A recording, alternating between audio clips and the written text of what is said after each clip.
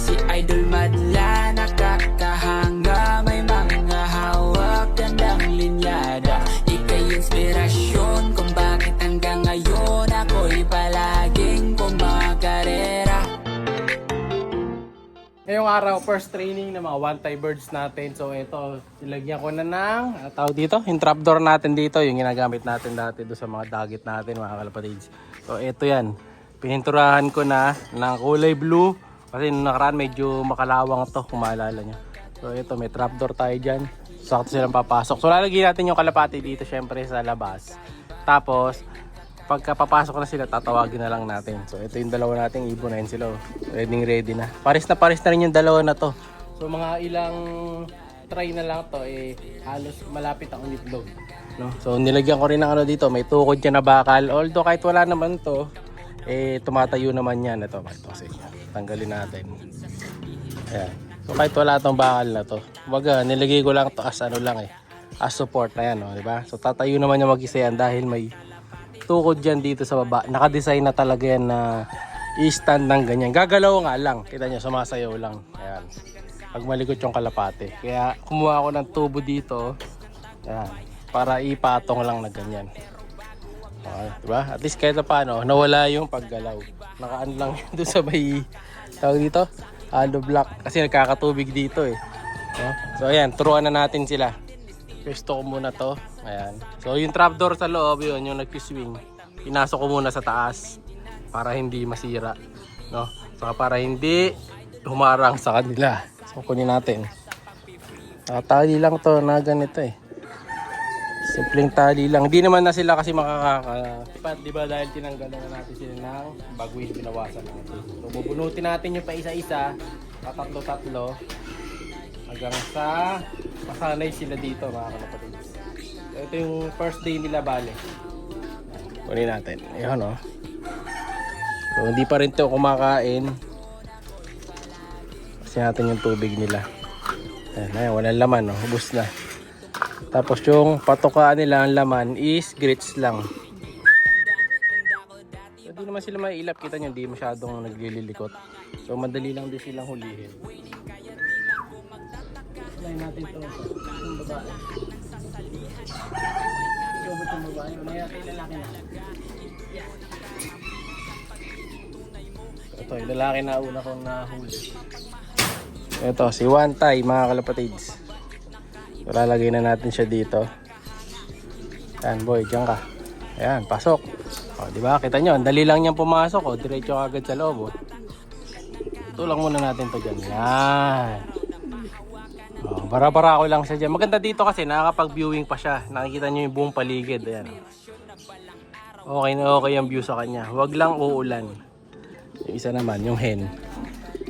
Para alam nila kung saan sila papasok. So pag ito, mabilis na pumasok, tatanggalin na natin yan. Lalabas ko na sila.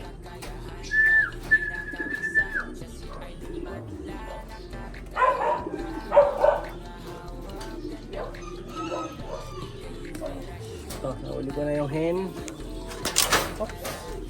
Diba? Madulas dito, mga kalapatids. So ito na yung hen natin.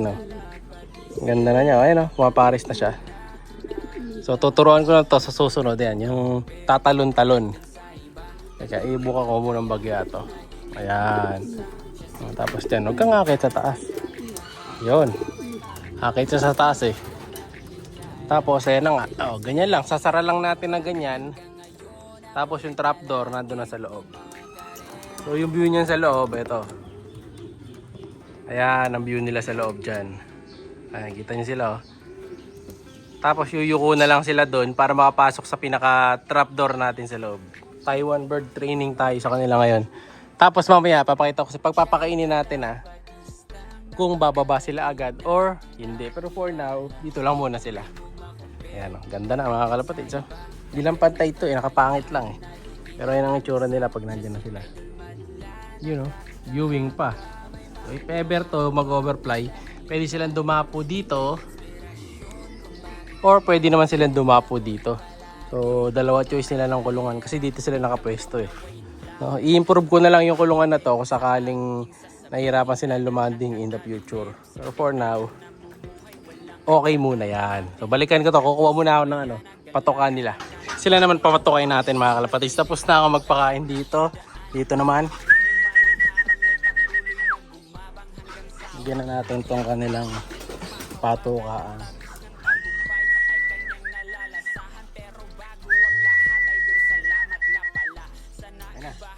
Hoy, sanay na yung si Wantay Barako natin mga kalapatids. Kain na boy, kain na. Ito namang isa.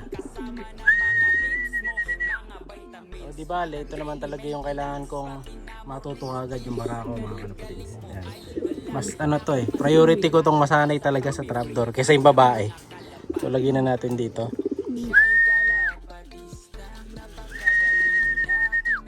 Ayun na, bababa na rin siya.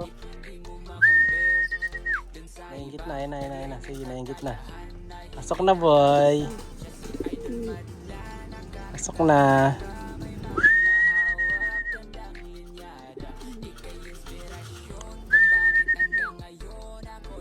Tulog na natin. Ayan. Ayun na, papasok na to.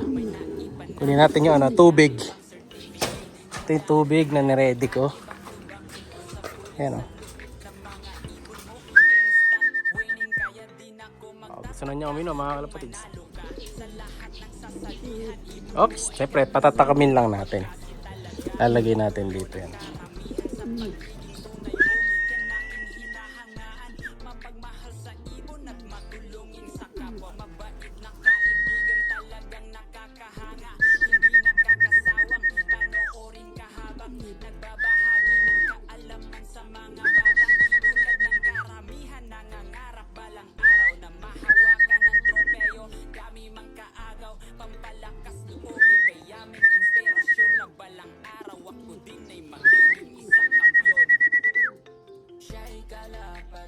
Oops.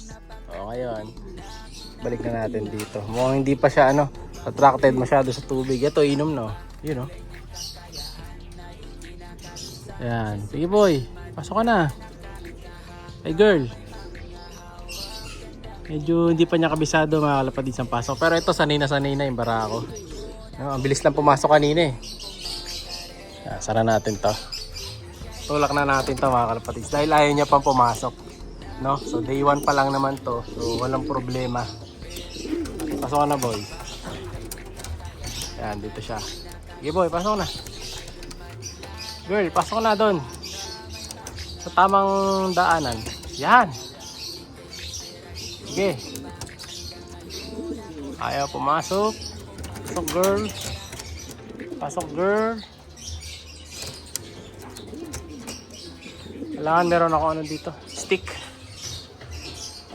Yan o. Pigeon trapping.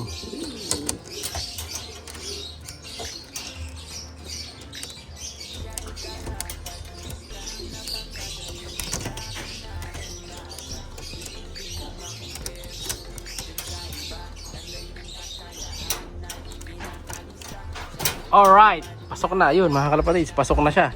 O, mahaya ka na ngayon. Makakain ka na. O, diba? Ganun lang training natin dito kay Wantay Bird sa dalawa na to. Hanggang sila ay matuto. Kasi yung tubig nila yung kulay green. Diba? Mabilis naman silang matuto. Matatalino yung mga to mga kalapatids. Siyempre hindi lang sila sanay dito sa atin. Kasi yung loop nila siyempre doon sa Taiwan pang mayaman. Dito loop nila dito pang lang, basican lang. Ayan, minum na isa. Alright, so yan, tapos na training natin today. No? Alam nyo na gagawin nyo sa next training. Sasanayin pa natin to. Pero for now, ito, dahil tapos na sila dyan, tatali ko na to. Babalik ko sila ulit dito mamaya. After ng siguro mga 10 minutes, babalik ko na sila dito. Pahinga lang muna sila. Bye! Siya'y kalapatistang napakagaling na kinakilala.